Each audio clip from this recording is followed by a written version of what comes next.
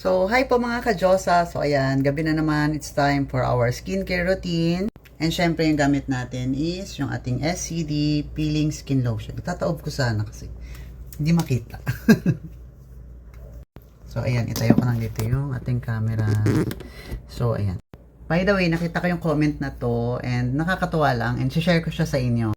Ito pala yung sabi niya, thanks ma'am, will order po after ko mag-peeling lotion. Ganda na po ng effect sa akin, naglalighten na po mga pimple marks ko.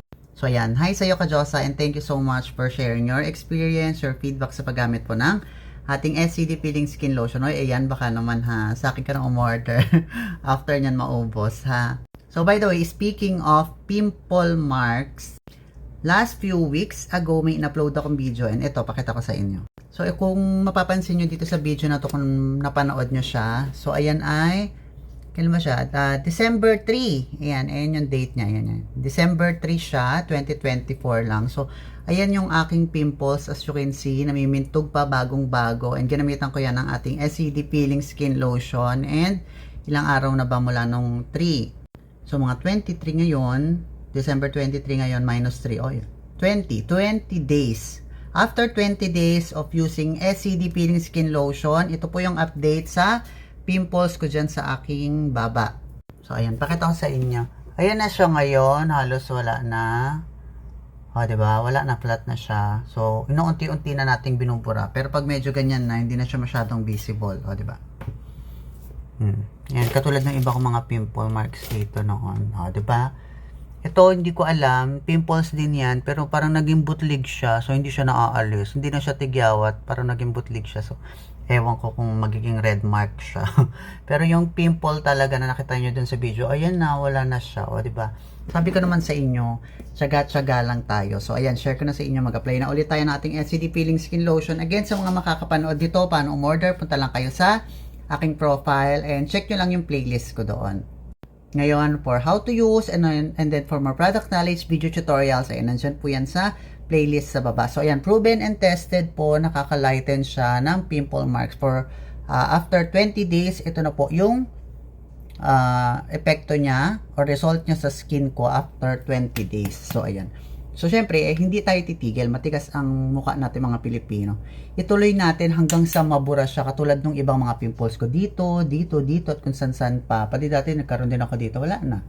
So, sabi ko naman sa inyo, tiyaga lang kayo ng apply. Trust the process. So, ayan. Ganun pa rin. Same routine. Di lalagyan ang talukap ng mata. Ayun no, napakadali niya lang, diba? Tapos, leave it overnight. Yan.